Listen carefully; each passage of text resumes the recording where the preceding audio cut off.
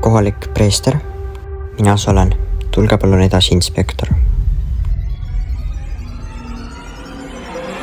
Mul on probleem.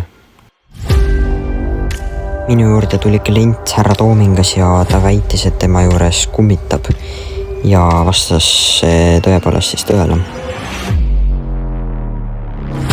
Too mulle inspektor. Ma ei anna sulle midagi. Et ei anna midagi. No vaatame, mis sa selle peale ütled. Ei. Härra Toomingas. Ei. Jaa. Tervist, inspektor.